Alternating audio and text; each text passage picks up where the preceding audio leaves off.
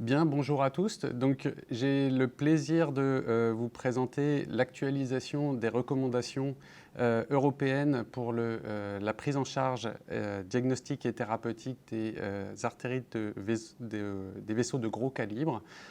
Ces recommandations se focalisent avant tout sur l'artérite à cellules géantes, mais il y aura quelques spécificités concernant l'artérite de Takayasu. Donc, concernant la méthodologie de travail, c'est une actualisation des recommandations de 2009 et puis de 2018 de Jaco qui portait avant tout sur l'imagerie dans les artérites des gros vaisseaux. Il y a une organisation en deux parties avec une prise en charge qui porte avant tout sur la prise en charge globale de ces maladies, avec le diagnostic, le pronostic, le suivi à long terme et puis des objectifs centrés sur les patients, bien que cette partie soit plus réduite. Et puis une deuxième partie sur les traitements, en particulier les traitements médicamenteux, la prise en charge des complications, les procédures vasculaires, les traitements associés et les prophylaxies. Bien entendu, il s'agit d'une recommandation qui fait la synthèse de la bibliographie à ce jour de façon assez exhaustive et qui se veut du coup un petit peu différente des recommandations de 2009. Dans cette première partie de l'article, il est fait mention des définitions et c'est la première fois que le LAR essaie de définir les choses avec des similitudes avec ce qui a été fait sur les vascularites des petits vaisseaux. Ce qui est étiqueté de maladie active, c'est l'association d'un signe clinique d'activité et au moins un signe parmi l'imagerie des signes d'ischémie ou des signes biologiques inflammatoires. La rechute majeure est définie comme un signe clinique d'ischémie dont la claudication de la mâchoire qui est considérée comme un signe d'ischémie ou une atteinte aortique. Une rechute mineure est toute activité de la maladie qui ne remplit pas les critères d'une rechute majeure. La maladie est considérée comme réfractaire lorsqu'il y a une impossibilité d'atteindre une rémission avec le traitement usuel. On parle de rémission en l'absence de signes cliniques, biologiques et avec une imagerie stable. Et on parle de rémission soutenue, prolongée, au-delà de 6 mois. Bien entendu, s'il n'y a plus de corticoïdes, on parle alors de rémission sans corticoïdes. Concernant la prise en charge d'une suspicion d'artérite à cellules géantes, ce qui est défini comme étant une suspicion d'artérite à cellules géantes, c'est l'association de signes cliniques, de signes biologiques inflammatoires chez un patient de plus de 50 ans. L'association de ces trois éléments doit faire adresser le patient en urgence à un centre expert. La définition d'un centre expert, c'est un centre qui est capable de réaliser à la fois des biopsies d'artères temporales et à la fois des examens d'imagerie, même si ce n'est pas précisé. Le deuxième élément important de ces centres experts est la possibilité de recevoir en urgence les patients suspects d'artérite à cellules géantes. En effet, je vous rappelle que dans la publication de Diamantopoulos qui date de 2016, il avait été mis en évidence qu'une prise en charge rapide qu'ils appelaient Fast Track permettait de diminuer la survenue des cécités permanentes. Et donc c'est dans la recommandation d'être capable de recevoir des patients en urgence, c'est-à-dire moins de 24 heures. La corticothérapie n'est instaurée que dans ces situations de signes visuels. Elle doit être précoce, quelle que soit la modalité d'administration. Et si la voie intraveineuse n'est pas disponible, ça doit être de la voie orale. Dans les autres situations, et tant que le diagnostic n'est pas confirmé, il n'y a pas d'indication ou de consensus, en tout cas, pour instaurer d'emblée un traitement par corticothérapie. Le deuxième message important de cette recommandation est celle de la confirmation du diagnostic de vascularite. Il est essentiel dans la prise en charge de ces patients d'apporter une preuve de vascularite qui peut se faire au travers de deux catégories d'examens. La biopsie d'artère temporale, dont il est dit qu'elle doit faire au moins 1 cm de long, soit 7 mm en anatomopathologique, ou par examen d'imagerie, que ce soit le PET scanner, l'échodoppler, l'IRM ou le scanner. Et ces deux modalités, imagerie ou histologie, sont mises sur un pied d'égalité dans cette recommandation. Concernant le type d'imagerie, on privilégiera pour les vaisseaux crâniens un Doppler ou une IRM. Pour les vaisseaux extracrâniens, le choix est laissé aux médecins, que ce soit un Doppler, une IRM, un scanner ou un PET scanner. Bien entendu, concernant les examens d'histologie, encore plus que pour la biopsie d'artère temporale, la sensibilité de ces examens va décroître après instauration de la corticothérapie, mais le LAR est assez clair là-dessus. L'instauration précoce de la corticothérapie ne doit pas empêcher de rechercher une preuve de vascularite qu'il convient de chercher en toute situation. La troisième recommandation importante de ce papier concerne le traitement initial. Il est proposé une corticothérapie en première intention pour une artérite à cellules géantes active et on propose une dose initiale d'équivalent prednisone de 40 à 60 mg par jour.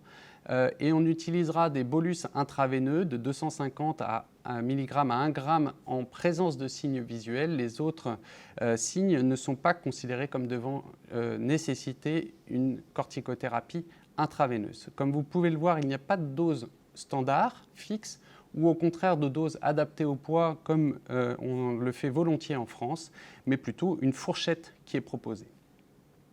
En termes de décroissance de la corticothérapie, il est proposé d'atteindre 15 à 20 mg par jour à M3 et à M12, il y a un petit peu de différence entre l'artérite de Takayasu où on propose volontiers 10 mg par jour dans ses recommandations, alors que l'objectif est plutôt à 5 mg dans l'artérite à cellules géantes. Bien que la date d'arrêt ne soit pas clairement formalisée, il est mis en évidence que souvent ces patients ont besoin d'un traitement qui se prolonge jusqu'à 2 ans.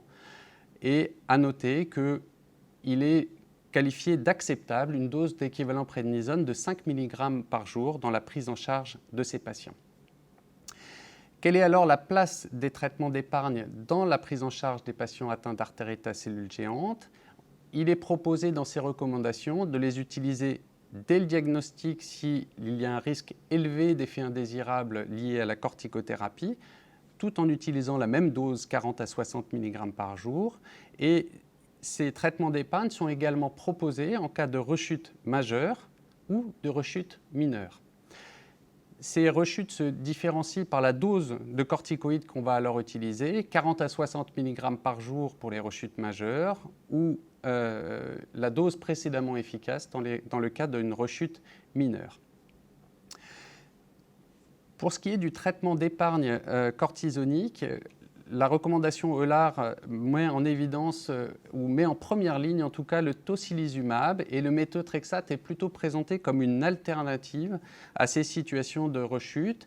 La raison principale est que l'épargne cortisonique a été obtenue de façon très marquée dans l'essai JAIACTA, alors que dans les essais évaluant le méthotrexate dans les traitements d'épargne, les essais étaient discordants.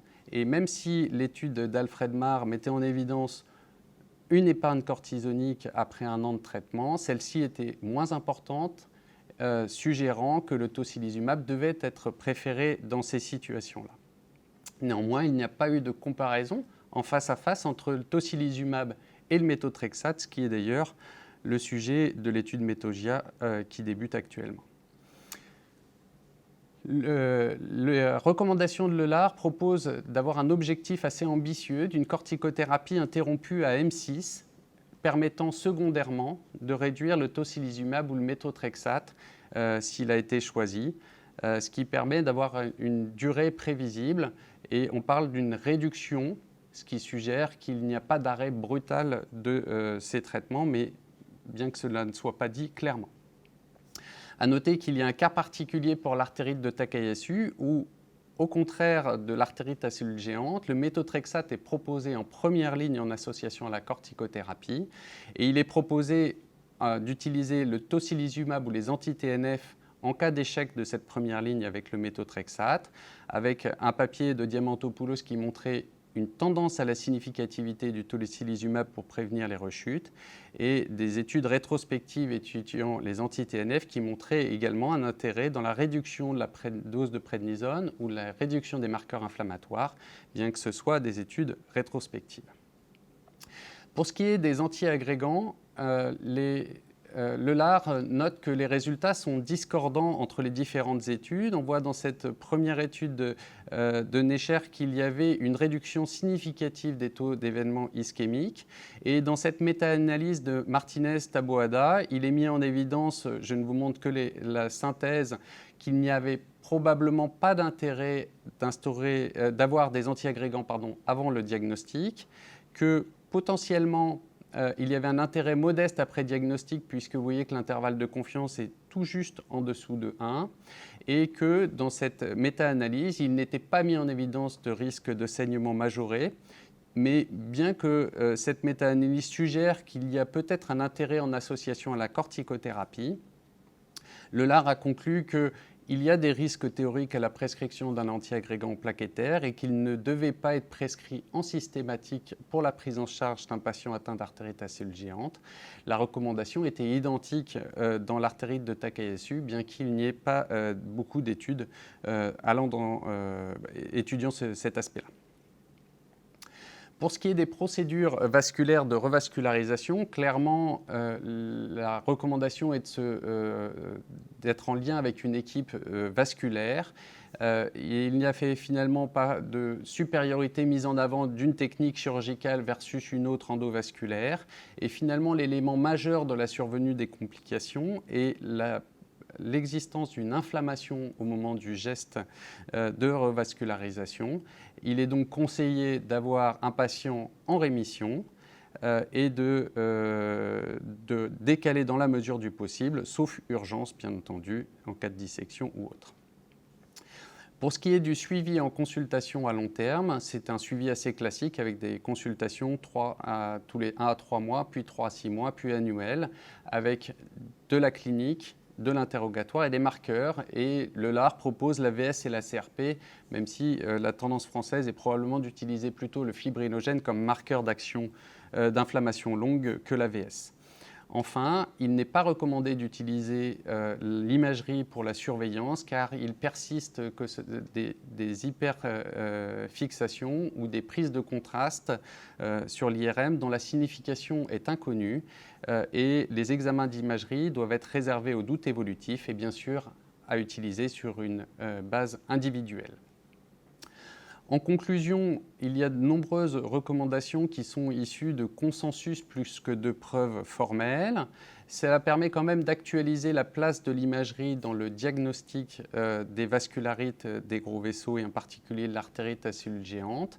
Il y a une proposition d'une hiérarchisation des traitements d'épargne et on notera que cette proposition d'hiérarchisation est un petit peu différente de ce qui a été proposé par la Commission de la transparence de l'HAS à la fois sur la durée de traitement, sur l'efficacité, sur la corticothérapie associée.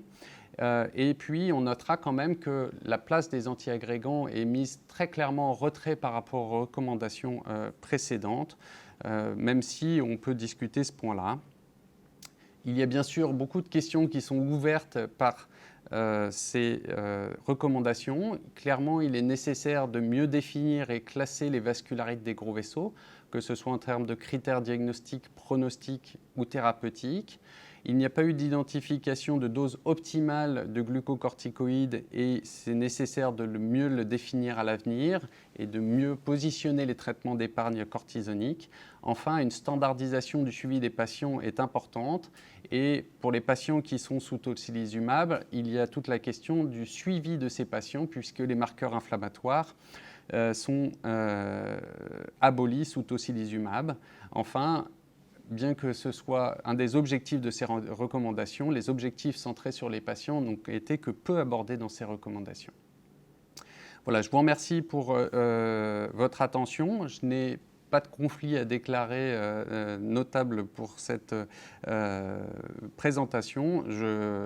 J'ai néanmoins été sur un board médical à la demande de Chugai. Je vous remercie.